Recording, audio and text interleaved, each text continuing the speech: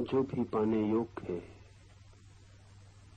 वो जीवन में ही पाया जा सकता है। लेकिन बहुत लोग मृत्यु के पार की प्रतीक्षा करते रहते हैं। बहुत लोग सोचते हैं कि देह में, जीवन में, संसार में रहकर कैसे पाया जा सकता है सत्य को, ब्रह्म को, मुक्ति को। लेकिन जो जीवन में नहीं पाया जा सकता वो कभी भी नहीं पाया जा सकता। जीवन तो एक अवसर है पाने का, चाहे पत्थर जुटाने में समाप्त कर दे और चाहे परमात्मा को पाने में। जीवन तो बिल्कुल तटस्थ अवसर है। जीवन आपसे कहता नहीं क्या पाए, कंकड़ पत्थर बीने, व्यर्थ की चीजें संग्रहित करें, अहंकार को बढ़ाने में, अहंकार को फुलाने में समाप्त कर दें, तो जीवन रोकेगा नहीं कि मत करो ऐसा।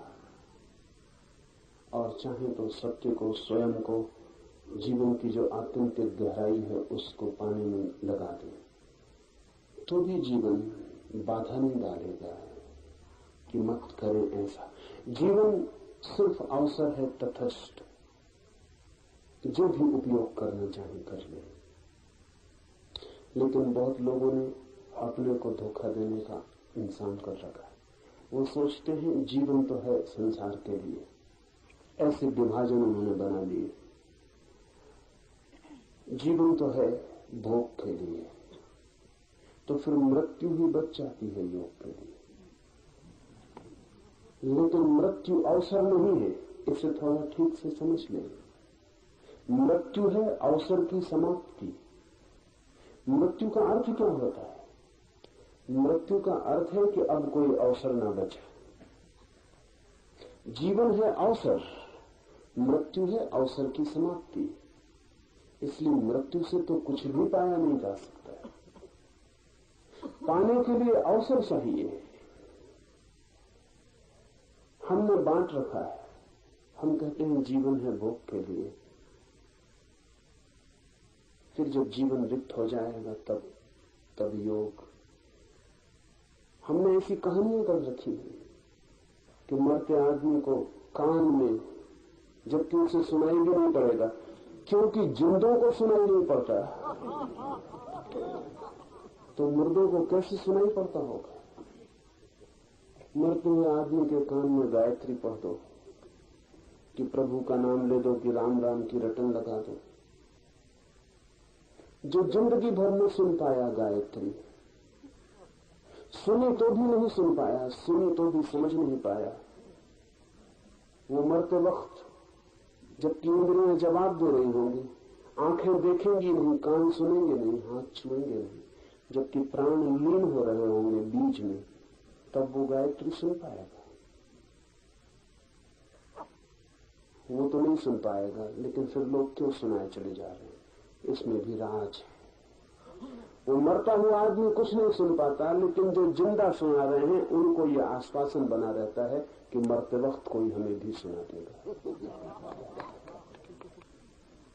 और काम हो जाएगा।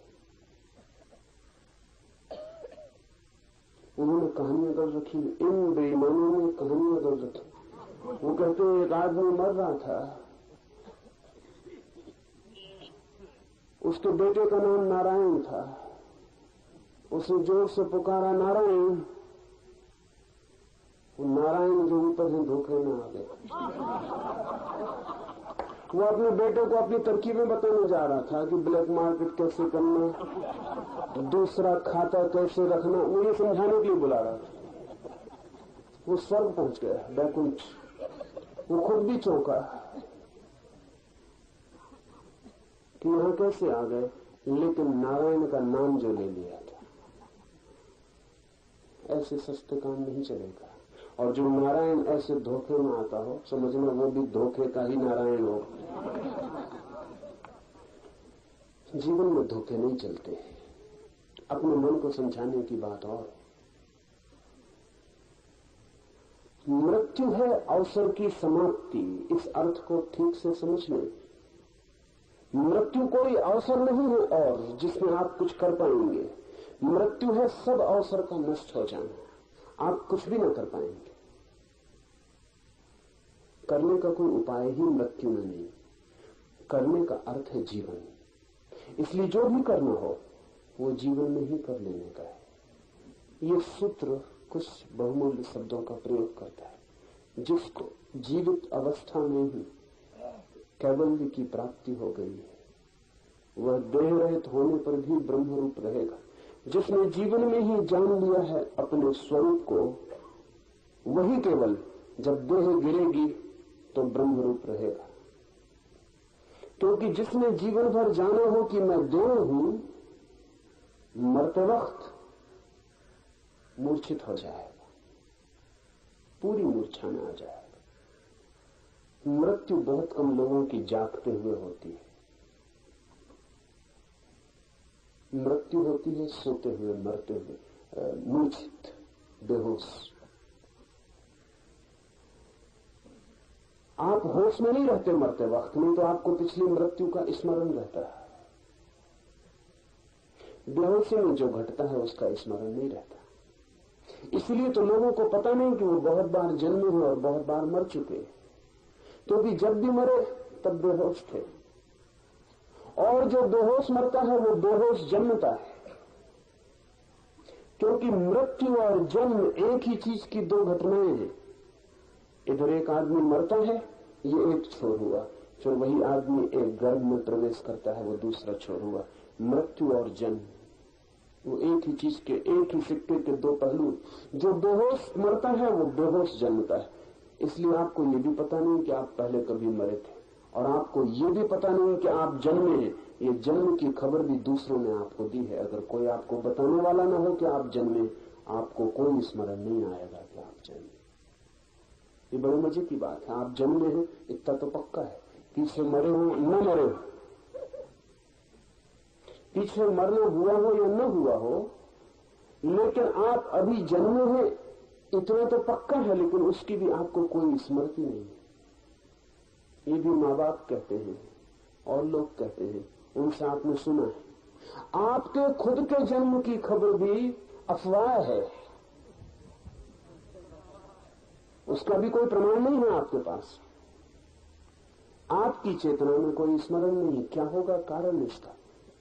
आप जन्मे, बड़ी घटना घटती है जन्म की, उस बड़ी घटना का आपको कोई पता नहीं। ध्यान रखना, जिसको अपने जन्म का पता नहीं है मरते वक्त बहुत मुश्किल होगा उसको पता रखना। जुड़ी है दोनों बातें। मृत्यु घटी है बहुत बार, लेकिन आप बेहोश मरे। मृत्यु को छोड़ दें, रोज आप सोते हैं, सोने की घटना तो रोज घटती है, लेकिन आपको पता है कि जब नींद आती है तब उसके पहले ही आपका होश खो जाता है। आपको नींद से मिलने की कोई खबर? जब नींद उतरती है तो क्या आप देख पाते हैं कि नींद उतर रही? जब तक आप देख पाते हैं तब तक समझना आप जागे हुए, नींद उतरी नहीं। और जब नींद उतर जाती तब आप खो जाते। नींद के उतरते ही आप बेहोश हो जाते। जब नींद तक में होश नहीं संभलता तो मौत में कैसे होश संभलेगा? मौत तो बड़ी प्रगाढ़ निद्रा है, गहनतम निद्रा है, उसमें होश संभालना मुश्किल है। आप बेहोश मरेंगे। उस बेहोशी में कौन गायत्री पढ़ रहा है, कौन राम राम जप रहा है, आपको कुछ भी पता नहीं चलेगा। और बेहोशी जरूरी है। सिर्फ वही लोग इस बेहोशी से मुक्त होते हैं जो देह भाव से मुक्त हो जाते। क्यों? एक सर्जन आपके पेट का ऑपरेशन कर रहा हो तो आपको बेहोश करना पड़ेगा, क्योंकि इतनी पीड़ा होगी। उस पीड़ा को आप सह न पाएंगे, न सह पाएंगे, चीखेंगे, चिल्लाएंगे, ऑपरेशन मुश्किल हो जाएगा। इतनी पीड़ा होगी कि आप विक्षिप्त हो सकते हैं, फिर कभी मस्तिष्क दोबारा ठीक ना हो। इसलिए सर्जन एनेस्थेसिया देता है, पहले आपको बेहोश कर देता है, फिर काट पीट कर देता है। आपका ही शरीर कटता है, लेकिन तब आपको पता नहीं होता। जब पता ही नहीं होता तो पीड़ा नहीं होती। समझ लें इस बात को, पता होने से पीड़ा होती, पीड़ा होने से पीड़ा नहीं होती। पीड़ा तो हो रही है, सर्जन काट रहा है, लेकिन आपको पता नहीं चल रहा, बस काट पीट के अलग कर देगा, आपको पता नहीं चलेगा। होश जब आएगा तभी पीड़ा का पता चलेगा, और जब पता चलेगा तभी पीड़ा मालूम होगी कि हो रही है। अगर बेहोशी में आपके कोई अंग अंग काट डाले, बिल्कुल टुकड़े टुकड़े कर दे, तो भी आपको पता नहीं चलेगा। सर्जन छोटा सा ऑपरेशन करता है, मृत्यु तो बहुत बड़ा ऑपरेशन, मृत्यु से बड़ा कोई ऑपरेशन नहीं। सर्जन तो एक आध अंग काटता है, मृत्यु तो आपके पूरे शरीर को आपसे काट के अलग करती है, तो आपको होश में रखा नहीं जा सकता। इसलिए मृत्यु सदा से प्राकृतिक एनेस्थेसिया का उपयोग करती है। जैसी मृत्यु आती है आप बिल्कुल बेहोश हो जाते।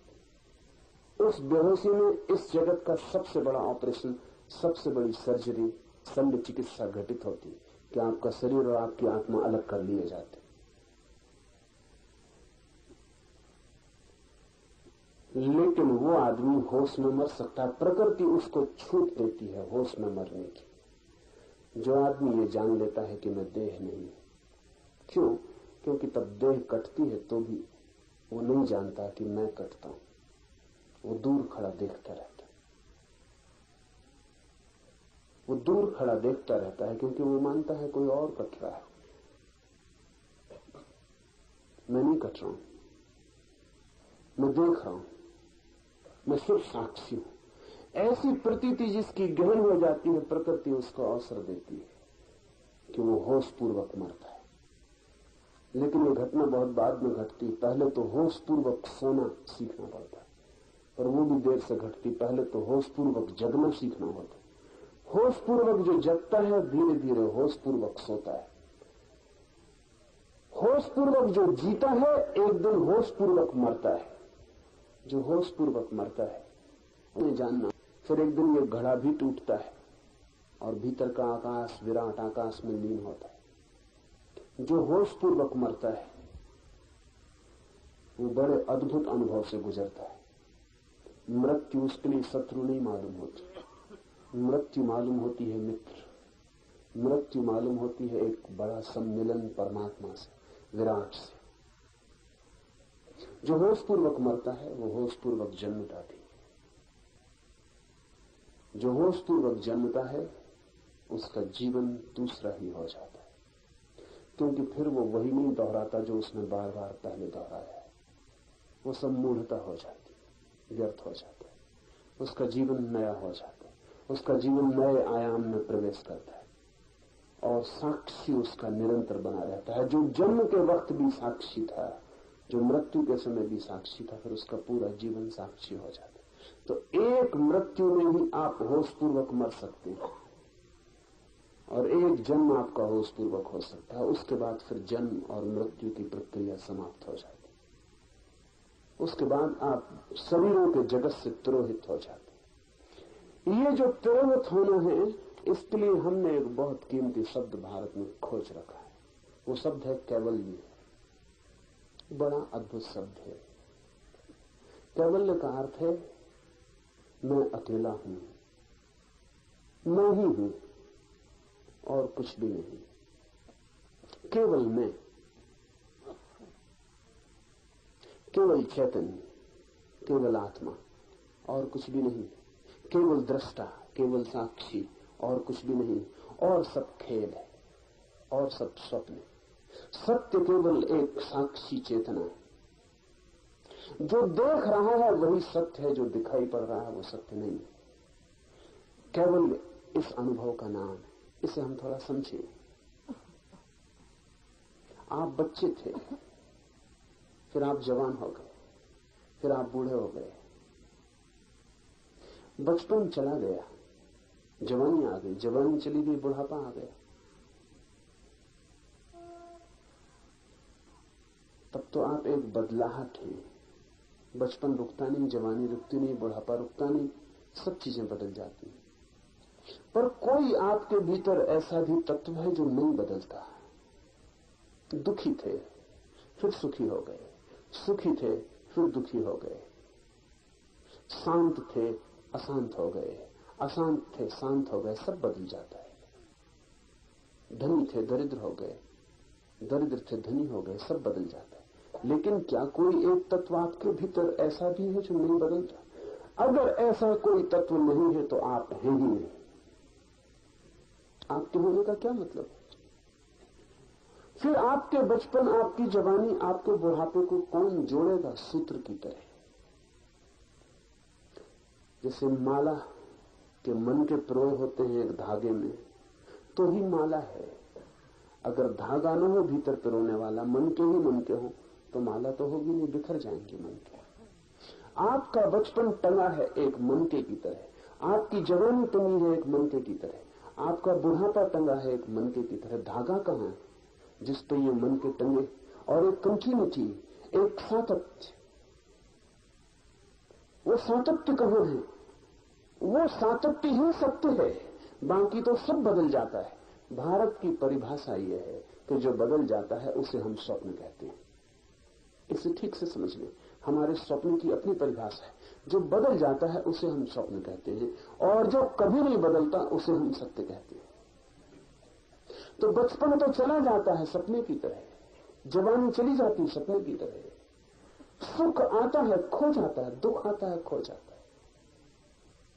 जैसे सपना मिटता जाता है, ऐसे ही सब मिटता जाता है।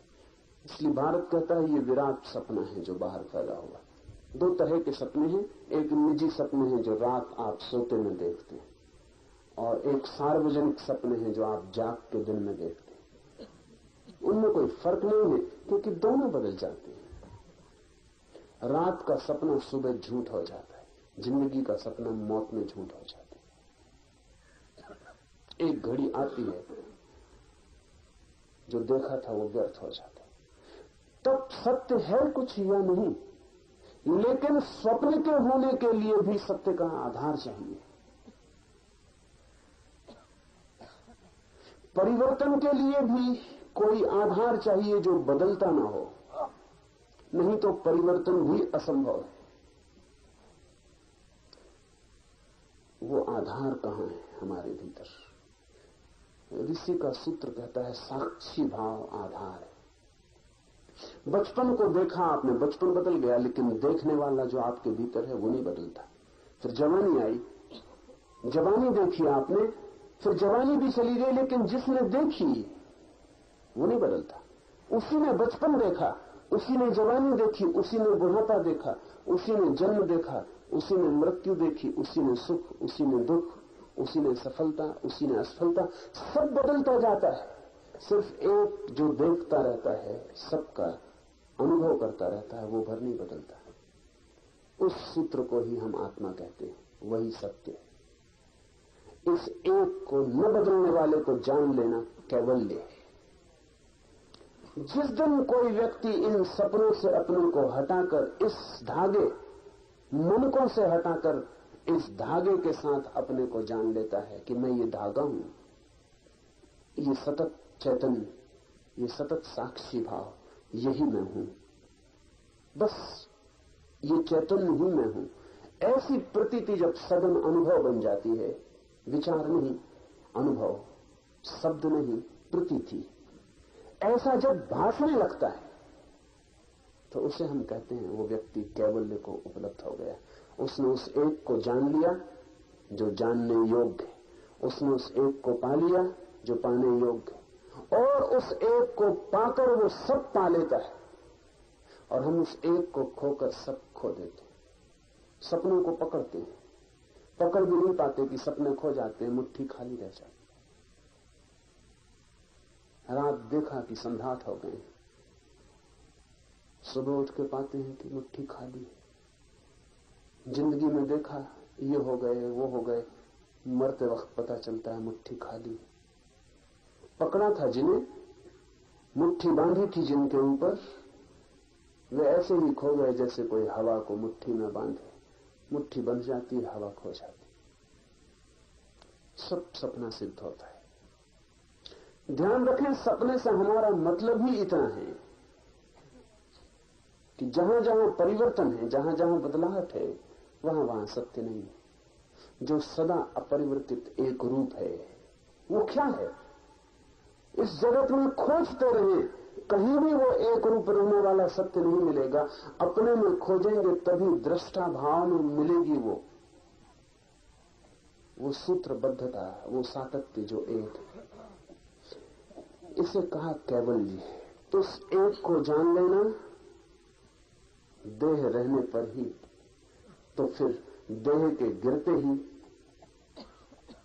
ब्रह्मरूप अनुभव होता है। हे निर्दोष, इसलिए समाधिनिष्ठ होकर विकल्पों से शून्य बन। कैसे जान पाएंगे हम उस एक को? प्रक्रिया है विकल्पों से शून्य बन। ये विकल्प शब्द भी समझ लेने जैसा है। विकल्प का मतलब है जिन जिन चीजों का विपरीत होता है वे विकल्प है।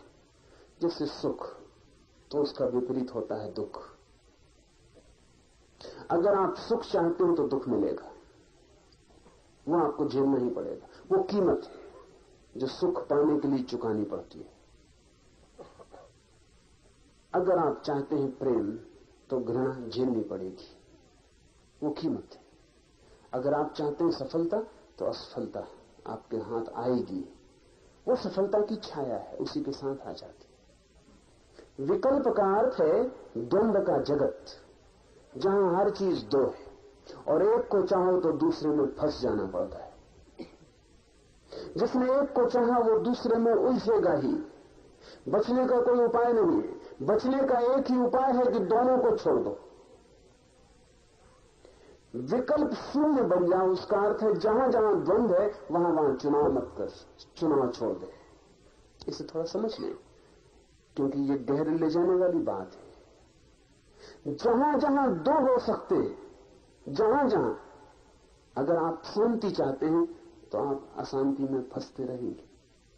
बड़ा कठिन लगेगा ये मामला, क्योंकि सुख दुख का समझ में आ जाता है, सफलता असफलता मान अपमान का समझ में आ जाता है, शांति और अशांति भी मामला वही है, द्वंद्व का। इतना ही नहीं, अगर आप मुक्ति चाहते हैं तो आप बंधन में पड़ते रहेंगे, क्योंकि द्वंद्व तो वही है। विकल्प तो बन जाता है, विपरीत खड़ा हुआ है सामने। तो जो आदमी कहता है कि मुझे मुक्ति चाहिए, वो फंस जाएगा। मुक्ति तो मिलती है उसको जो द्वंद्व में चुनाव नहीं करता। शांति मिलती है उसको जो द्वंद्व में चुनाव नहीं करता, जो मानता नहीं कि मुझे शांति चाहिए, जो कहता है शांति हो कि अशांति, मुझे दोनों में कोई चुनाव नहीं करना, वो आदमी शांत हो जाता है। प्रेम का फूल खिलता है उसके जीवन में जो प्रेम को घृणा के विपरीत चुनता नहीं, जो कहता है न मुझे प्रेम न मुझे घृणा, मैं दोनों के प्रति उदासीन, दोनों मुझे क्षमा कर दें, मैं दोनों में नहीं पड़ना चाहता। उसके जीवन में प्रेम का फूल खिलता है। जहां जहां द्वंद्व है, जहां जहां विकल्प है, जहां जहां चुनाव की सुविधा है, वहां चुनना मत। पर हम सदा चुनते हैं और हमें कभी ख्याल नहीं आता कि जो हम चुनते हैं वही हमारा उलझाव है। जब आप चुनते हैं सुख, तब आपको ख्याल में भी नहीं है कि आपने दुख चुन लिया। दुख आ गया, दुख ने भी आपके द्वार से प्रवेश कर लिया। क्यों? प्रक्रिया समझ लें। मैं चाहता हूं सुख मिले, कई बातें घट गई इस चाह में। एक तो कि मैं दुखी हूं, सिर्फ दुखी ही सुख को चाहता है। सुखी सुख को क्यों चाहेगा? हम वही मांगते हैं जो हमारे पास नहीं है।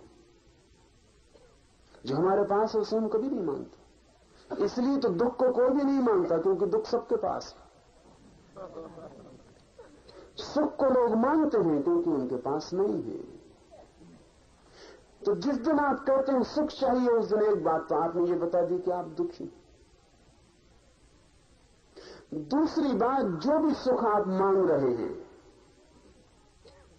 अगर वो न मिला तो और घने दुख में उतर जाएंगे। मिलने की कोई गारंटी नहीं, और अगर मिला तो भी दुख में उतर जाएंगे, क्योंकि मिलकर पता चलेगा कि सोचे थे कितने कितने सपने सुख के मिलने से पूरे होंगे, वो कोई पूरे नहीं होते। सब सुख दूरी में दिखाई पड़ता है, पास आने पर खो जाता है। जब तक हाथ में नहीं होता सुख तब तक सुख, हाथ में आते दुख हो जाता है। इसका मतलब यह हुआ कि सुख होता है दूरी में, सुख वस्तु में नहीं होता, सुख होता है दूरी में, सुख होता है आशा में, सुख होता है प्रतीक्षा में।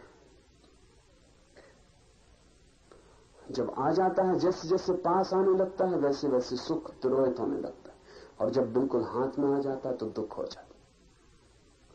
दुख न तो किसी वस्तु में है, न सुख किसी वस्तु में है। दूरी जितनी ज्यादा हो उतना सुख, निकटता जितनी हो उतना दुख। ये तो बड़ा जटिल जाल है। जिसको हम पास लाते हैं उससे दुख मिलने लगता है। तो जितना हम सुख मांगते हैं, एक तो मिलेगा नहीं, क्योंकि मांगने से कुछ मिल नहीं जाता। नहीं मिलेगा तो फ्रस्ट्रेशन, विषाद घेर लेगा। मिल जाएगा तो विफलता हाथ लगेगी और रिक्तता घेर लेगी कि व्यर्थ गई मेहनत, कुछ पाया नहीं, दौड़े धूपे श्रम उठाया और जो मिला वो ये है। जो इतना चमकदार मालूम पड़ता था दूर से, जो ढोल बहुत सुहावने मालूम पड़ते थे, वे पास आके साधारण ढोल साबित होते। जो चुनेगा वो उलझ जाएगा संसार में। संसार है चुनाव, मोक्ष है अचुनाव, चुनना ही मत। सुख आए तो सुख से राजी हो जाना, और दुख आए तो दुख से राजी हो जाना, लेकिन भीतर चुनाव मत करना कि मैं ये चाहता हूं। अपनी मांग इस जगत के सामने जो नहीं रखता वो जगत से मुक्त हो जाता है। इसे थोड़ा ठीक गहरे में जाने दें। इस जगत से जो कुछ भी नहीं मांगता, ये जगत उसे फंसा नहीं सकता। इस जगत से कुछ भी मांगा कि आप फंस गए। जो आप मांगते हैं वो मिल जाए तो भी फंस गए, न मिले तो भी फंस गए। मांगते ही फंस गए, मिलने न मिलने से कोई संबंध नहीं। मछलियों को पकड़ने वाले लोग, मछुए, कांटे में आटा लगा के पानी में डाल रखते। इनसे सिर्फ वही मछली बचेगी जो मुंह खोलेगी नहीं। जिस मछली ने मुंह खोला वो फंसी। सभी मछलियां आटे के लिए मुंह खोलती, कोई मछली इतनी ना समझ नहीं कि कांटे के लिए मुंह खोलती। सभी मछलियां आटे के लिए मुंह खोलती। मछुआ भी इसलिए कांटे में आटा लगा के डाल के बैठा हुआ। मछली फंसती है आटे के कारण। सभी लोग सुख चाहते हैं और दुख का कांटा सुख में से निकल आता। सभी लोग सम्मान चाहते हैं और सम्मान में से ही अपमान का कांटा निकल आता है। और सभी लोग शांति चाहते हैं और शांति ही अशांति बन जाती। उस मछली का ख्याल करें जो इस आटे और इस कांटे में से चुनाव ही नहीं करती, जो उदासीन इस आटे के पास से तैरती हुई चली जाती। इसको पकड़ना असंभव है। ऐसी मछली की तरह हो जाएं इस जगत में कि जिसका कोई चुनाव नहीं, जो चुनती नहीं, जो मांग नहीं करती। फिर आपके ऊपर कोई बंधन हो नहीं सकता, आप पकड़े नहीं जा सकते। संन्यास्त होने का अर्थ है विकल्प में चुनाव छोड़ देना। इसलिए ध्यान रखना, संन्यास संसार के विपरीत विकल्प नहीं है। और जिन लोगों ने संसार का अर्थ संसार के विपरीत बना रखा है वो संसार में ही उलझे रहेंगे। लोग हैं ऐसे, वो कहते हैं कि संन्यास जो है वो संसार के विपरीत है। हम तो संसार में हैं, हम कैसे सन्यासी हो जाएं? हम तो तब सन्यासी होंगे जब हम संसार छोड़ेंगे। उनका सन्यास भी द्वंद्व है। संसार और सन्यास उनके लिए दो पहलू हैं, विरोधी। वो कहते हैं अगर हम संसार चुनेंगे तो सन्यास कैसे चुने, अगर हम सन्यास चुनेंगे तो हम संसार कैसे चुने। अगर सन्यास का अर्थ द्वंद्व है तो सन्यास का अर्थ ही खो गया। सन्यास का अर्थ ही है निर्द्वंद हो जाना। हम चुनते ही नहीं, जो हो जाता है उसे स्वीकार कर लेते हैं, जो नहीं होता उसकी हम मांग नहीं करते। ऐसी भाव दशा सन्यास है। तब आप कहीं भी सन्यासी हो सकते हैं। तब सन्यास भाव दशा है, तब विकल्प नहीं। ये सूत्र कहता है,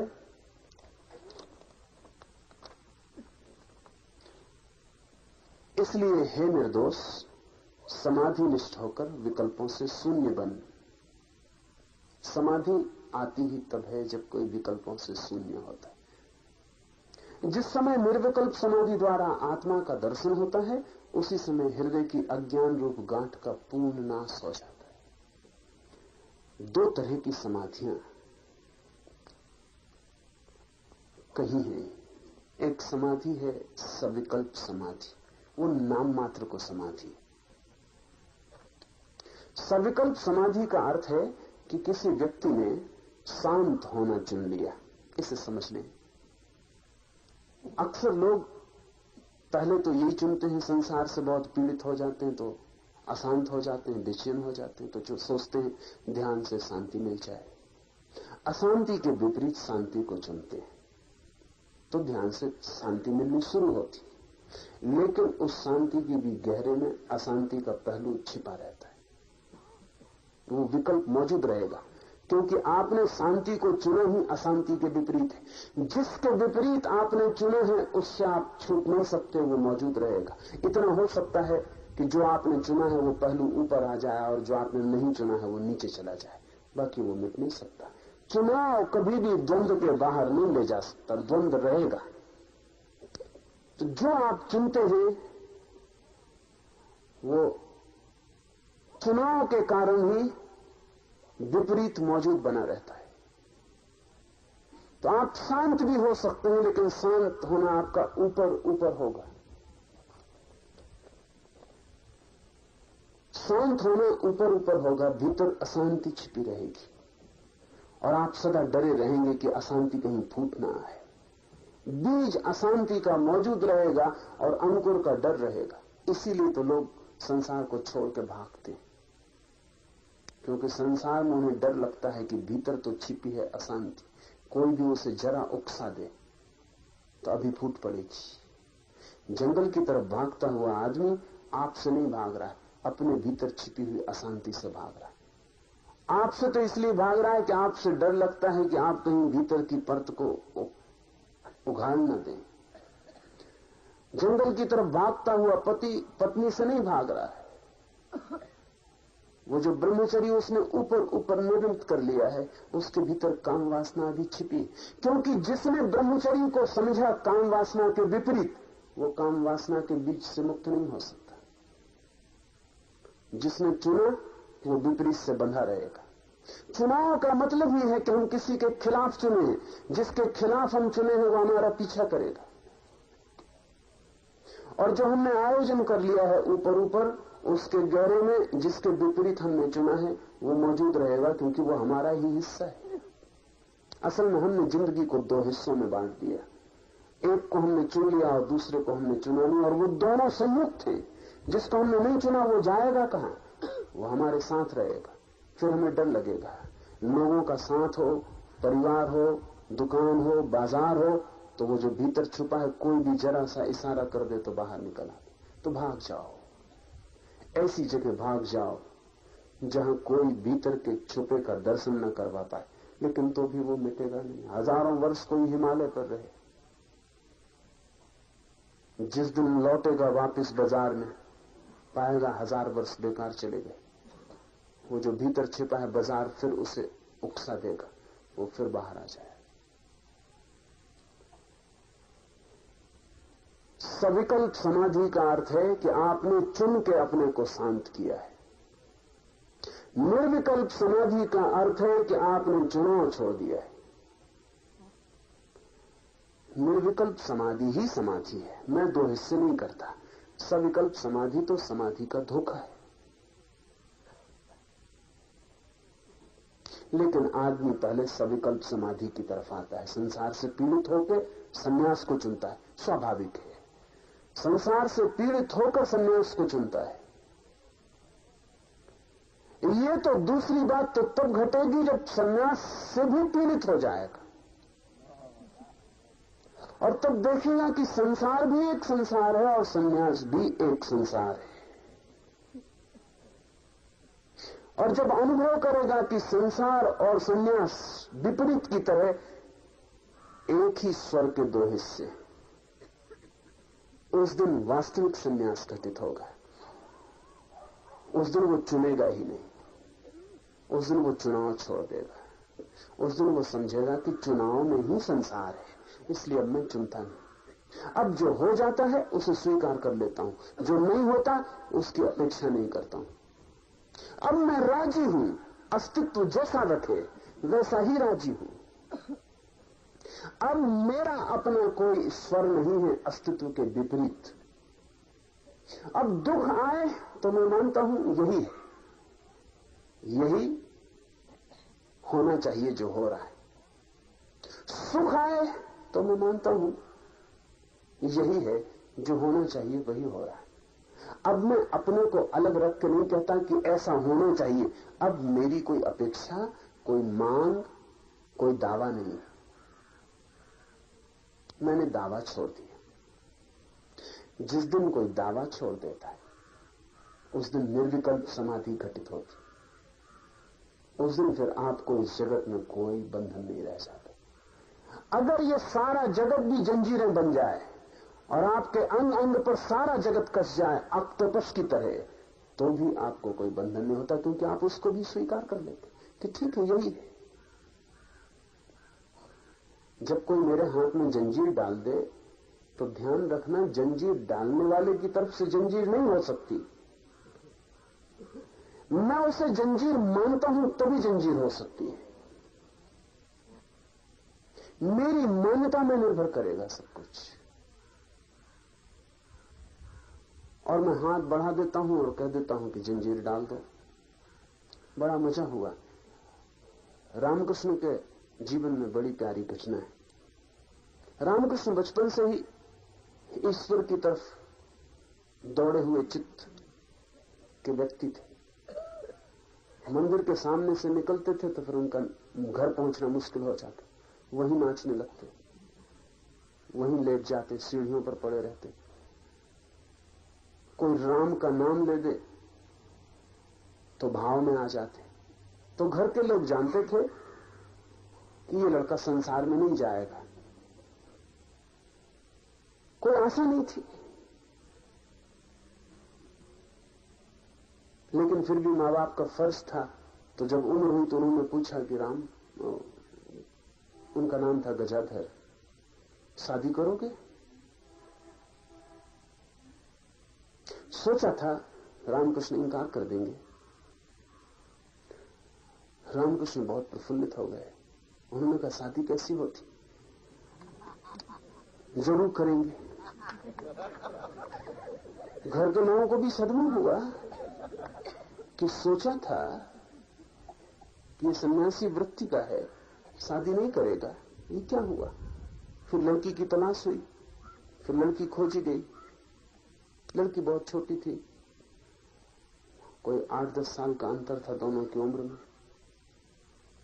रामकृष्ण लड़की को देखने गए, उनके साथ ही परिवार के और लोग गए। रामकृष्ण की मां ने एक 3 रुपए रामकृष्ण के खीसे में रख दिए कि कोई जरूरत पड़े, खर्च इत्यादि। पास ही गांव था ऐसे। रामकृष्ण सज धज के जैसा सजा धजा दिया पहुंच गए। लड़की बहुत प्यारी थी। रामकृष्ण ने वो 3 रुपए उसके पैर में रख के उसके पैर छू लिए। तो सब मुश्किल में पड़ गए और सबने कहा कि पागल, ये तेरी पत्नी होने वाली,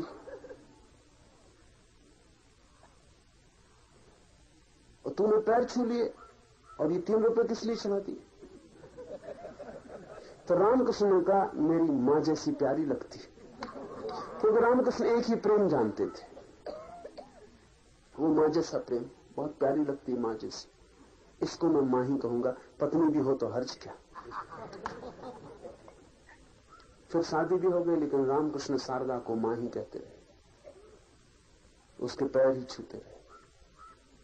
और जब काली की पूजा का दिन आता तो वो काली की पूजा ना करके शारदा को बिठा लेते सिंहासन पर और उसकी पूजा कर लेते। वो कहते जब जिंदा मां है तो फिर मूर्ति की क्या जरूरत।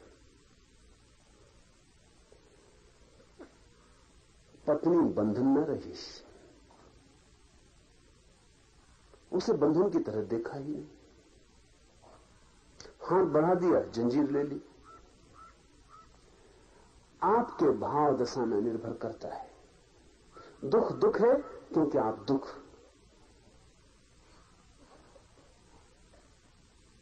को नहीं चाहते और सुख को चाहते हैं, इसलिए दुख है। दुख इसलिए है कि उसके विपरीत को आप चाहते हैं, नहीं तो क्या दुख है। विपरीत की मांग में छिपा है दुख।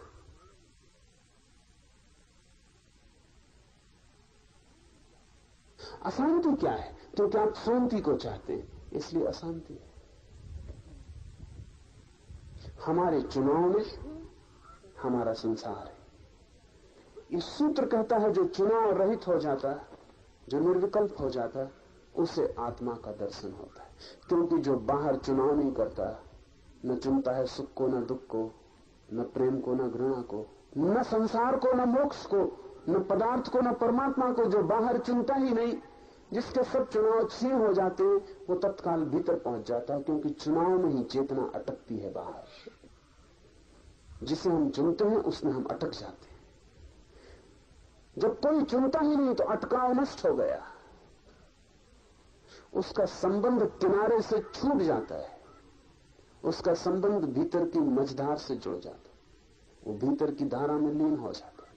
आत्मा का दर्शन होता है उसे जो निर्विकल्प भाव को उपलब्ध होता है, और तब हृदय की अज्ञान रूपी गांठ पूर्णतः नष्ट हो जाती।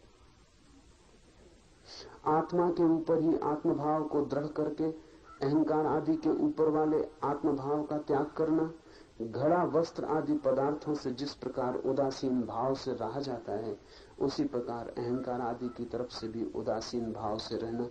ये उदासीन शब्द भी समझ लें। उदासीन का मतलब उदास रहना नहीं। उदासीन का मतलब है चुनाव रहित रहना। उदासीन का मतलब है कोई मतलब नहीं, ऐसे रहना, कोई प्रयोजन नहीं, ऐसे रहना। उसका शब्द से खतरा हो गया। उदासीन साधुओं का संप्रदाय, वो थोक के उदास बने रहते हैं, क्योंकि वो समझते हैं उदास होने में उदासीनता है। उदास से कोई भी संबंध नहीं है। उदासीनता का शब्द भर का संबंध है, भाव का कोई संबंध नहीं। उदासीन का मतलब है कि हमारा कोई चुनाव ही नहीं है, क्या हो रहा है होने दो।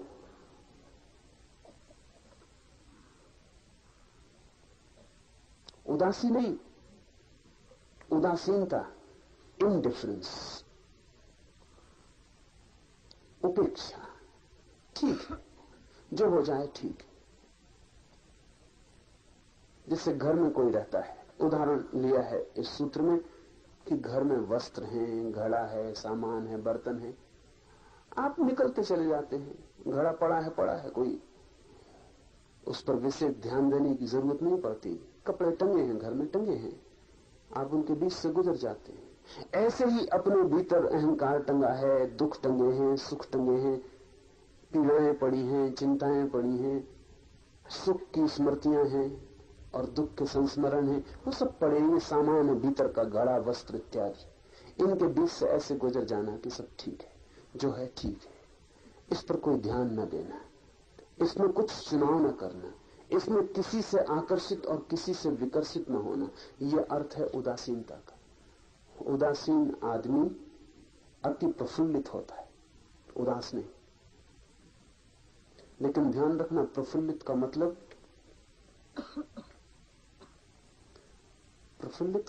यह होता है कि अब कोई भी चीज उसे परेशान नहीं करती, इसलिए भीतर का फूल खिलना शुरू हो जाता है।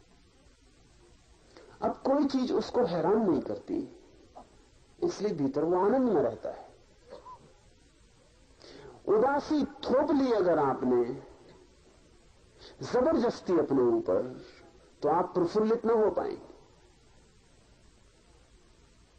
उदासीन होना, इसी तरह देखना प्रयोग करके। रास्ते से गुजर रहे हैं, प्रयोग करके देखना कि 5 मिनट बिल्कुल उदासीन होकर गुजरूं रास्ते से, तब कौन सा मकान सुंदर है, कौन सा नहीं है, बराबर है। तो कौन सा आदमी पास से गुजरा, वो अमीर था कि गरीब था, प्रतिष्ठित था कि अप्रतिष्ठित था, नेता था कि चोर था, कोई भी था, कोई प्रयोजन नहीं। तब कोई सुंदर स्त्री गुजरी, कोई सुंदर पुरुष गुजरा, कोई सुंदर कपड़े दिखाई पड़े, कोई प्रयोजन नहीं। 5 मिनट रास्ते से ऐसे गुजरना जैसे रास्ता खाली है और जंगल से गुजर रहे हैं, वहां कुछ है ही नहीं। इसकी कोशिश करके देखना। सिर्फ तटस्थ, तत्काल आप पाएंगे कि रास्ता व्यर्थ हो गया। उसकी सार्थकता आपके भीतर लगाव में थी।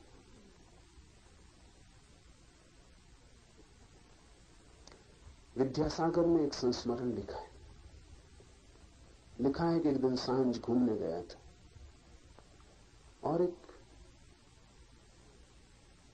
मुसलमान सज्जन भी सामने चले जा रहे थे, वो भी रोज टहलते थे।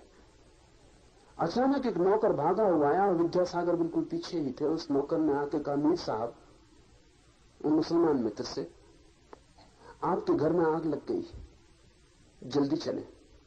मीर साहब ने कहा कि चलता हूं, लेकिन वो वैसे ही चलते रहे, वही छड़ी, वही पैर की चाल, कोई फर्क न पड़ा।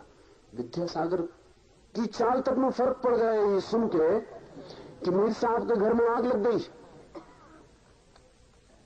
उनकी सांस जोर से चलने लगी और उनके पैर तेजी से चलने लगे, लेकिन देखा कि मीर साहब उसी चाल से चल रहे हैं। नौकर घबराया, उसने कहा, आपने सुना नहीं, घर में आग लग गई। मीर साहब ने कहा, सुन लिया।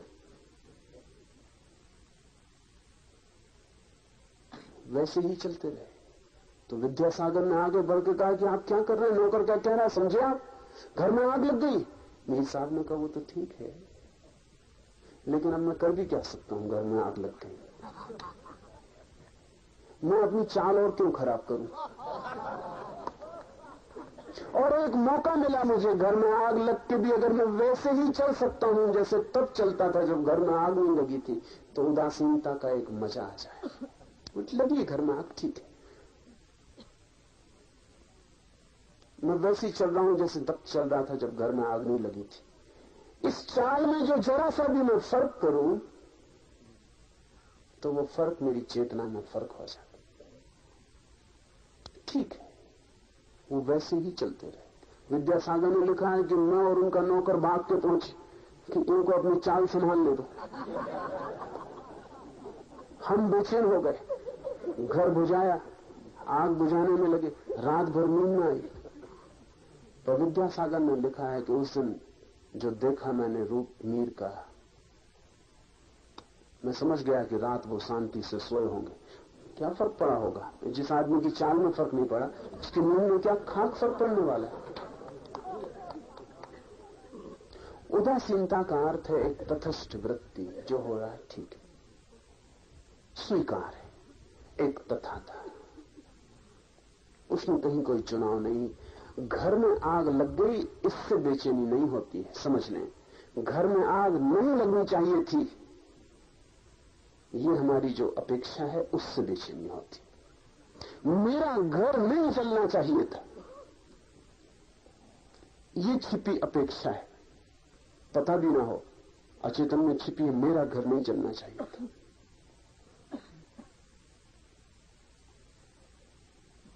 तो घर जल गया, तो वो भीतर की अपेक्षा टूटी, उससे चाल डगमगा जाती, उससे चेतना डगमगा जाती। लेकिन जिसकी कोई अपेक्षा नहीं, कुछ भी हो जाए, जो भी हो जाए, उसके विपरीत कोई भाव और आग्रह नहीं है, इसलिए चेतना नहीं डगमगाती। वो चेतना का अकंप होना ही उदासीनता है। ब्रह्मा से लेकर खंभ तक, पत्थर से लेकर परमात्मा तक, सब उपाधियां झूठी हैं। इसलिए एक स्वरूप में रहने वाले पूर्ण आत्मा का ही सर्वत्र दर्शन करना। सब पद झूठे हैं, सब उपाधियां झूठी हैं, सब प्रतिष्ठाएं झूठी हैं, सब बनावटी हैं। चाहे सड़क के किनारे पड़ा हुआ पत्थर हो और चाहे आकाश में हमारा बिठाया हुआ परमात्मा हो, सब व्यर्थ है। एक उसका ही ध्यान रखना जो झूठा नहीं है, एक उस साक्षी भाव में ही लीन रहना। तो पत्थर भी अगर आप हो जाओ तो भी उसी साक्षी भाव में लीन रहना, और अगर ब्रह्मा भी बने दिए जाओ तो भी उसी साक्षी भाव में लीन रहना। तो फिर पत्थर और ब्रह्मा होने में कोई चुनाव नहीं लगेगा, क्योंकि वो साक्षी भाव एक ही है। गरीब है तो साक्षी भाव में लीन रहना, अमीर हो जाए तो साक्षी भाव में लीन रहना। तो फिर गरीबी अमीरी कोई फर्क नहीं लाएगी, क्योंकि वो भीतर एक ही धारा साक्षी भाव की बहती रहेगी। सब उपाधियां व्यर्थ हैं। जो बाहर से उपलब्ध होता है वो सब व्यर्थ है, और भीतर से जो उपलब्ध होता है वही सार्थक है। लेकिन भीतर से सिवाय साक्षी चैतन्य के और कुछ भी उपलब्ध नहीं होता है। हर हाल में, हर स्थिति में इस भीतर की आत्मा का ही दर्शन करते रहना। स्वयं ही ब्रह्मा, स्वयं विष्णु, स्वयं इंद्र, स्वयं शिव, स्वयं जगत, और स्वयं ही यह सब कुछ है। स्वयं से भिन्न कुछ भी नहीं। वही कैवल्य का भाव जो इस चैतन्य को अनुभव करता है, जो इस साक्षी को जान लेता है, उसके लिए फिर दूसरा मिट जाता है। फिर दी अदर, वो दूसरा नहीं है, फिर मैं ही हूं, फिर मेरा ही फैलाव है। क्योंकि जिस दिन मैं अपनी चेतना को जानता हूं, उसी दिन मैं ये भी जान लेता हूं कि आपकी चेतना मुझसे भिन्न नहीं है। जब तक मैं अपने शरीर को जानता हूं तब तक आप मुझसे भिन्न हैं, क्योंकि मेरा शरीर अलग है, आपका शरीर अलग है। ऐसा समझे कि एक दिया जल रहा है, मिट्टी का दिया है, एक और दिया जल रहा है, चांदी का दिया है, और एक और दिया जल रहा है जो सोने का दिया है। ये तीनों दिए अगर अपने मिट्टी, चांदी, सोने की देह पर ध्यान करें तो तीनों अलग अलग हैं, और तीनों समझेंगे कि तू मिट्टी का दिया, क्या मुझसे होड़ कर रहा है, मैं चांदी का दिया। और सोने का दिया कहेगा कि क्या बातचीत है लगा रखी, मैं सोने का दिया। लेकिन ये तीनों दियों में से एक भी दिया अगर ज्योति का अनुभव कर ले कि मैं ज्योति हूं, वो जो दिए में ज्योति जल रही, ज्योति का अनुभव होते ही क्या ये ज्योति का अनुभव करने वाला दिया मिट्टी के दिए से कह सकेगा कि तू मुझसे अलग? क्योंकि अब वो इसकी भी ज्योति ही देख पाएगा। अब वो दो व्यर्थ हो गई जो चांदी सोने मिट्टी की है। अब तो वो ज्योति ही सार्थक रह गई, जो न चांदी है, न सोना है, न मिट्टी है, सिर्फ ज्योति है। ये दिया, इन तीनों में से एक भी दिया ये अनुभव कर ले कि मैं ज्योति हूं, उसके लिए सारे जगत के दिए उसके साथ एक हो गए। अब जहां भी ज्योति है वही मैं हूं। हम जब तक शरीर को देखते हैं तब तक हम अलग अलग हैं, और जब हम भीतर के साक्षी को देख लेते हैं जो हमारी शाश्वत ज्योति है, तब हम एक और अभिन्न हो जाते। फिर वो जो पक्षी उड़ रहा है वृक्ष के पास, उसके भीतर जो छिपा साक्षी है वो भी मैं हूं, और वो जो ब्रह्मा है जो जगत को बनाता है और जगत का नियंता है, उसके भीतर जो साक्षी छिपा है वो भी मैं हूं। फिर जो रास्ते पर भीख मांग रहा है वो भी मैं ही हूं, और वो जो सिंहासन पर विराजमान सम्राट है वो भी मैं ही हूं। एक बार भीतर की ज्योति का अनुभव शुरू हो जाए तो आकृतियां व्यर्थ हो जाती हैं, तो देह पदार्थ अर्थहीन हो जाता है, फिर ज्योति ही सार्थक हो जाती है। और एक बड़े मजे की बात है कि चाहे दिया मिट्टी का और चाहे सोने का, ज्योति में कोई फर्क नहीं पड़ता है। क्या मिट्टी के दिए की ज्योति मिट्टी की हो जाती? क्या सोने के दिए की ज्योति सोने की हो जाती? कोई भेद नहीं पड़ता। ज्योति ज्योति ही रहती, ज्योति एक सी ही रहती। ज्योति के होने में कोई भी अंतर नहीं आता देह के कारण किसी की ज्योति में कोई अंतर नहीं आया। अज्ञानी से अज्ञानी के भीतर भी वही ज्योति जल रही है जो बुद्ध के भीतर जलती है, पर बुद्ध को इसका पता है और अज्ञानी को इसका पता नहीं। और पता में क्या फर्क है? बुद्ध ने दिए का ऊपरी रूप की फिक्र छोड़ दी और भीतरी ज्योति का पता लगा लिया, और अज्ञानी अभी ऊपरी रूप मिट्टी सोने चांदी की देह से घिरा है और ज्योति की खोज नहीं कर पाया, लेकिन ज्योति मौजूद है। मैं ही हूं सब में फैला हुआ, ऐसी प्रतीति का नाम अध्यात्म। 2-3 जरूरी सूचनाएं। पहले दिन मैंने आपसे कहा प्रसन्न रहें, प्रफुल्लित रहें, आनंदित रहें, हंसते रहें, जितना हंस सके, अकारण भी तो हंसते रहें। लेकिन एक बात मैंने जान के छोड़ दी थी, जान के। मैंने ये सूचना आपको नहीं दी थी कि जब मैं यहां बोल रहा हूं तब आप अकारण ना हंसे, लेकिन वो मैंने जान के छोड़ दी थी। मैं पता लगाना चाहता था कि 2-4 बुद्धिमान जरूर आए होंगे, वो जब मैं बोल रहा हूं तब भी हंसेंगे, और उनकी हंसी के कारण वो खुद भी समझने से वंचित रह जाएंगे जो मैं कह रहा हूं, और दूसरों को भी बाधा देंगे। और मेरा अनुमान गलत नहीं निकला। वो 2-4 बुद्धिमान मौजूद हैं। उनमें 1-2 तो पंजाब से मैं सुनता था कि पंजाब में कुछ बुद्धि लोगों के पास ज्यादा होती, मगर मैंने इस पर कभी भरोसा नहीं किया था। अब भी भरोसा नहीं करता, हालांकि वो 2 पंजाबी मित्र पूरी कोशिश कर रहे हैं भरोसा दिलवाने की। वो तो ठीक है, लेकिन ये मैंने कभी नहीं सोचा था कि उनके सत्संग में 2-4 गुजराती भी ऐसा करेंगे। गुजरातियों से ज्यादा बुद्धि की आशा नहीं थी, मगर वो पंजाबियों से होड़ ले रहे हैं। मूढ़ता में भी होड़ शुरू हो जाती। और ध्यान रखें, अति पर चला जाना सदा आसान है, मध्य में रुकने का सवाल है। या तो सकल सूरत मुर्दे की तरह बना के बैठे रहेंगे, और या फिर मूढ़ की तरह प्रफुल्लता प्रकट करने लगेंगे, वो भी प्रफुल्लता नहीं। तो जब मैं बोल रहा हूं तब अगर आप जोर से अकारण आवाज करते हैं तो आपको पता नहीं आप क्या कर रहे हैं। आप सिर्फ लोगों का ध्यान आकर्षित कर रहे हैं। आप बता रहे हैं कि मैं भी यहां हूं। वो कोई समझदारी नहीं, और उससे कोई आपके ध्यान में लाभ होने का नहीं। जब मैं बोल रहा हूं तब तो शांत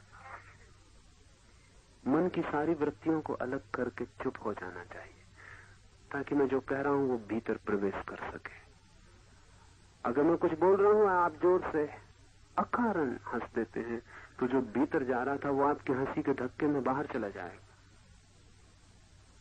वो आपने बाहर फेंक दिया। तो थोड़ा सोच के चले। सोच के नहीं चलेंगे तो गहरे कभी नहीं उतर पाएंगे। दूसरी बात, कल मैंने सूचना करवाई है कि सुबह के ध्यान में ही वस्त्र उतारना चाहें तो उतारें, उपयोगी है। लेकिन दोपहर के कीर्तन या रात के ध्यान में बिल्कुल उपयोगी नहीं है। मेरे लिए न तो वस्त्रों का मूल्य है और न नग्नता का। इसे थोड़ा ख्याल में ले लें। कई बार भ्रांति होती है, कई बार ऐसा लगता है कि शायद मैं ये कह रहा हूं कि आप नग्न हो गए तो मोक्ष मिल गया। इतना आसान नहीं तो सभी पशु पक्षी अब तक मोक्ष में होते। और अगर आपके वस्त्रों के कारण ही मोक्ष रुका है तो दुनिया भर को नग्न करके मोक्ष में पहुंचा देने में बहुत अड़चन नहीं। इतना आसान और इतना सस्ता नहीं। जब मैं कहता हूं कि किसी ऐसे क्षण में जब आपको लगे कि वस्त्र बाधा डाल रहे हैं शरीर की गतिविधि में, अभिव्यक्ति में, वस्त्रों को अलग कर दें, नग्नता सहयोगी होगी। लेकिन कुछ नासमझ ऐसी भी होंगे ही हैं। कुछ नासमझ वस्त्रों को पकड़े रहते हैं, कुछ नासमझ नग्नता को पकड़ लेते हैं। वो समझते हैं कि नग्न खड़े हो गए, अब कुछ करने का है ही नहीं। तो मैं देखता हूं एक दो जन को वो ध्यान भी नहीं करते, वो सिर्फ नग्न खड़े हो जाते, पर्याप्त। सिर्फ नग्न खड़े हो जाने से कुछ भी ना होगा। और नग्नता पर मेरा कोई जोर नहीं है, दोनों जोर एक से हैं। कुछ लोग सोचते हैं कि वस्त्र अगर हटा दिए तो जिंदगी गई हाथ से, उनके मन में भी वस्त्रों का बड़ा मूल्य। और कुछ लोग सोचते हैं वस्त्र हटा दिए तो सब कुछ मिल गया, उनके मन में भी वस्त्रों का बहुत मूल्य। ये दोनों एक से हैं। कपड़ों से ढके हुए लोग और नग्न साधु एक से हैं, उनकी बुद्धि एक सी है, उसमें कोई बहुत अंतर नहीं। दोनों की मान्यता यह है कि वस्त्र बड़े कीमती है। इसलिए नहीं कहता हूं कि आप वस्त्र हटा दें कि नग्न होने से मोक्ष मिल जाएगा। नग्न तो आप हैं ही, वस्त्रों के भीतर है, इससे क्या फर्क पड़ने वाला है? वस्त्रों के बाहर हो जाएंगे या वस्त्रों के भीतर है। जब मैं कहता हूं कि वस्त्र हटाने का उपयोगिता आपको प्रतीत हो, भीतर शरीर की ऊर्जा जग जाए, श्वास के तीव्र प्रहार से बायो एनर्जी, जैविक ऊर्जा जगने लगे और आपको लगे कि वस्त्र बाधा डाल रहे हैं, तो ही अलग करें, नहीं तो कोई मतलब नहीं। और दोपहर के कीर्तन में बिल्कुल भी अलग करने की जरूरत नहीं, न रात्रि के ध्यान में अलग करने की जरूरत है। और अगर कोई जिद करेगा दोपहर के कीर्तन में, रात कैंपस से हम उसे अलग करेंगे। सुबह के ध्यान में आप पूरी तरह, क्योंकि उसकी वैज्ञानिक अर्थवत्ता है, जब गहरी सांस ले जाती है और शरीर की ऊर्जा जोर से जगने लगती है तो वस्त्र बाधा डालते हैं, तो हटा दे। और फिर दूसरा जो चरण है, जिसमें मैं आपको कहता हूं कि जो भी आपके मन में आ जाए उसे रोके मत, सब तरह का सप्रेशन छोड़ दें। उसमें अगर आपके मन में आ जाए वस्त्र को हटाना है तो हटा दें, लेकिन कीर्तन में कोई जरूरत नहीं, रात के ध्यान में भी कोई जरूरत नहीं। नग्नता कोई सिद्धांत मत बना ले, नग्नता एक उपाय है। तीसरी बात, कुछ विदेशी सन्यासी सन्यासियां कुएं पर नग्न स्नान करते होंगे, तो कुछ भारतीय मित्र भीड़ लगा के वहां देखने खड़े हो जाए।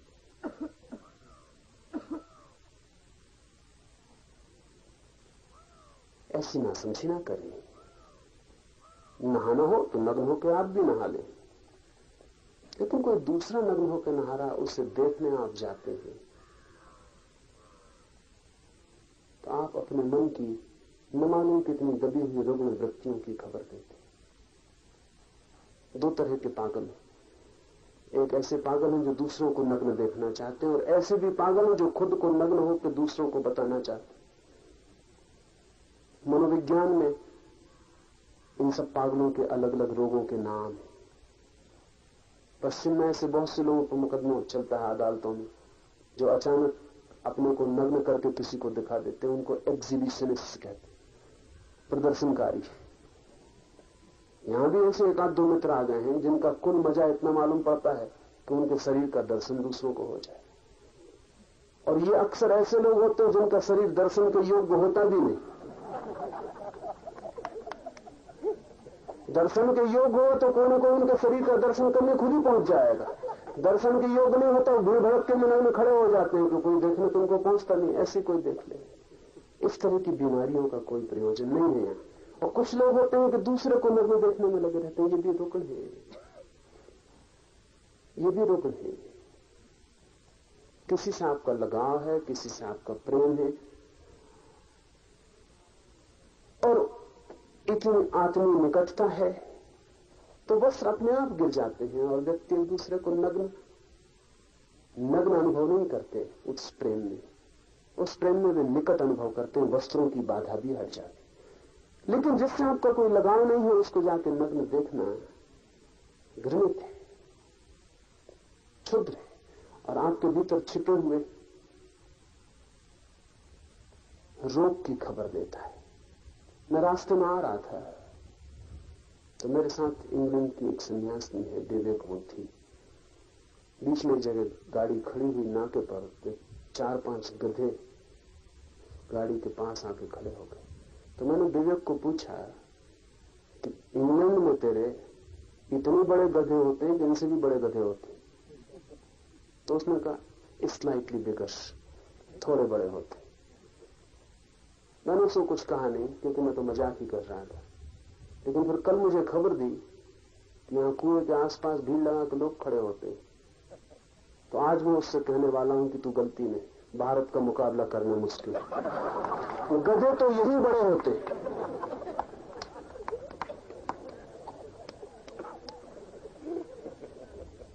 चौथी बात,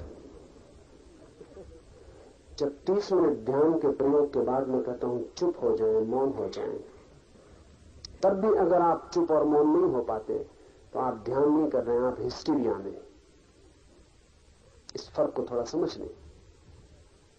जब मैं कहता हूं 10 मिनट तीव्र श्वास लें तो आपको मालिक होना चाहिए। जब मैं कहता हूं 10 मिनट पागल हो जाएं तो आपको मालिक होना चाहिए पागलपन का भी। आप पागल हो रहे हैं, पागलपन आप पे नहीं आ रहा है। आप अपनी निजता से अपने भीतर जो है उसे उलीझ कर बाहर फेंक रहे हैं। और जब मैं कहता हूं आप 10 मिनट हु का हुंकार करें तो आप कर रहे हैं। ये हुंकार आपको ना पकड़ ले तो आप गुलाम हो गए। और फिर जब मैं कहता हूं स्टॉप कंप्लीटली, रुक जाए बिल्कुल, तो जो आदमी नहीं रुकता वो हिस्टेरिक है। उसका मतलब ये कि उसके बस में नहीं है मामला, वो रुक नहीं पा रहा, वो चिल्लाए चला जा रहा, रो चला जा रहा। मतलब रोना ऊपर हावी हो गया, ये नहीं चलेगा। वो आदमी रुक है, वो ध्यान नहीं कर रहा है। ध्यान का मतलब है आपकी मालिकियत स्थापित करनी है। और अगर मालिकियत स्थापित नहीं होती तो हिस्टीरिया में और ध्यान में फिर कोई फर्क नहीं रह जाएगा। तो जब मैं कहता हूं रुक जाए, तत्क्षण रुक जाना है।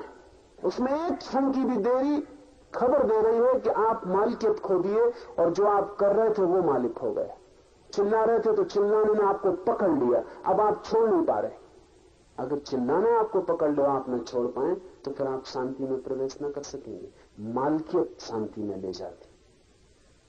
तो 2-4 लोग हैं कि मैं कहता रहता हूं चुप हो जाए, वो चुप ही नहीं होते। वो सोचते हैं कि ध्यान इतना लग गया है कि अब चुपके से वो ध्यान नहीं लगा है। और आज अगर ऐसा किया तो निकाल उन्हें बाहर करेंगे, क्योंकि उनके इलाज की जरूरत है, उनको ध्यान की जरूरत नहीं। और जब 30 मिनट के बाद आप सोचते हैं कि अब खांसी आ रही, फला हो रहा, इस भूल में मत पड़े। खांसी इन्फेक्शियस बीमारी। एक आदमी खांस देता है, 10-5 मूड उसका अनुगमन करते हैं। उसकी खांसी भला वास्तविक रही हो, ये 10-5 अनुगमन करते हैं, क्योंकि कल रात आपने देखा खांसी भी रुक गई। वो कैसे रुकी? जब मैंने कहा खांसी भी नहीं, तो वो कैसे रुकी? वो झूठी थी। खांसी भी नहीं चलने देंगे। और जरा प्रयोग करके देखें, 10 मिनट में प्राण नहीं निकल जाएंगे। आपको पता नहीं कि मन कितनी तरकीबें करता है। मन कहता बड़ी खांसी आ रही, खांस लो, वो उसने दिल में डाल दिया।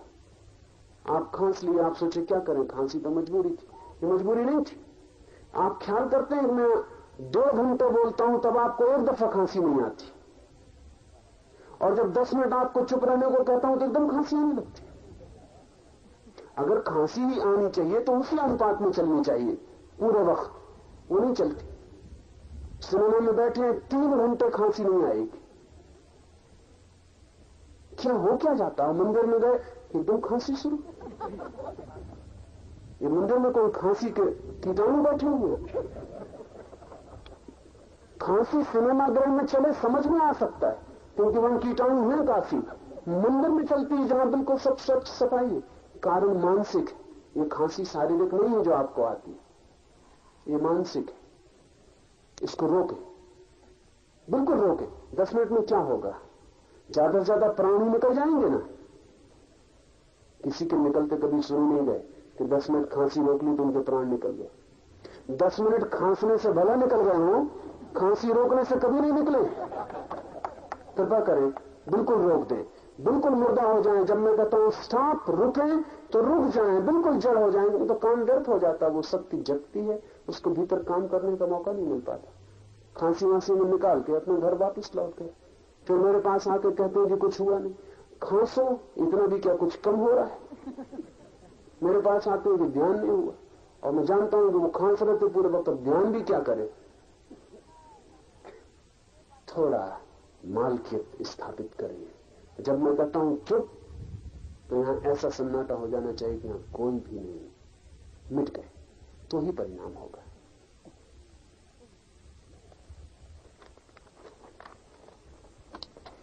जब मैं अंग्रेजी में बोलना शुरू करता हूं तो आप उठ नहीं सकते, बैठ जाएं वहीं। थोड़ी समझ तो बढ़ते हैं। जब मैं हिंदी में बोल रहा हूं तो जो हिंदी नहीं समझ सकते वो शांति से बैठे हुए हैं, और जब मैं अंग्रेजी में बोलता हूं तो जो अंग्रेजी नहीं समझते वो फौरन उठे और चले। इससे बड़ा अधैर्य और मूढ़ता पता चलती है। यहां विदेशी मित्र भी हैं 50, वो भी बैठे सुन रहे हैं। उनके चेहरों की तरफ देखें। जब मैं हिंदी में बोल रहा हूं तब जरा उनके चेहरों की तरफ देखें।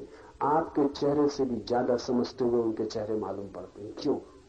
समझ में बिल्कुल नहीं गए, लेकिन इतना धैर्य कि हम नहीं समझ पा रहे हैं, तो भी कोई काम की बात कही जा रही है, तो मौन से उसे सुन तो ले। समझ ना पाएंगे, लेकिन ये घंटे भर का मौन तो उपयोगी हो जाएगा। समझ ना पाएंगे तो भी घंटे भर का ये धैर्य भी तो ध्यान दे।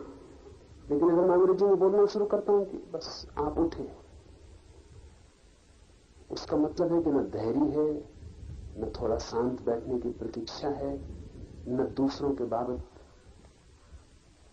कि दूसरों को बाधा पड़ेगी इसकी कोई चिंता है। थोड़ा सोचें। मेरे एक परिचित कवि स्वीडन गए हुए थे, उर्दू के कवि हैं। वो मुझे कह रहे थे कि उर्दू में कविता पढ़ता, कोई समझ ना पाता, लेकिन हजारों लोग शांत बैठे रहते। वो मुझसे बोले कि मैं हैरान हुआ, मैं तो समझ रहा था कि कोई सुनने नहीं आएगा, अगर कोई सुनने भी आया तो लोग चले जाएंगे वापस। तो उन्होंने पूछा लोगों से कि आपकी समझ में तो नहीं आता, फिर आप चुप क्यों बैठे रहते? तो उन्होंने कहा समझ में तो हमें नहीं आता है, लेकिन जब आप इतने भाव से गाते तब आपकी आंखें, आपका हाथ, आपकी मुद्रा, वो हमारी समझ में आती कि जरूर कोई काम की और गहरी बात कही जा रही। तो इतने शिष्य तो हम हैं कि आपकी इस भाव में, अवस्था में हम बाधा न डालें। तुझे नहीं चलेगा। रात में देखता हूं कि कुछ बाहर के लोग मालूम पड़ता आ जाते हैं, जैसे मैं अंग्रेजी में बोलना शुरू करता हूं वो चल पड़ते हैं। आज रात कोई भी चल नहीं सकेगा, आपके पास कोई उठे उसे फौरन बिठा दे, और अगर वो चलता है तो कल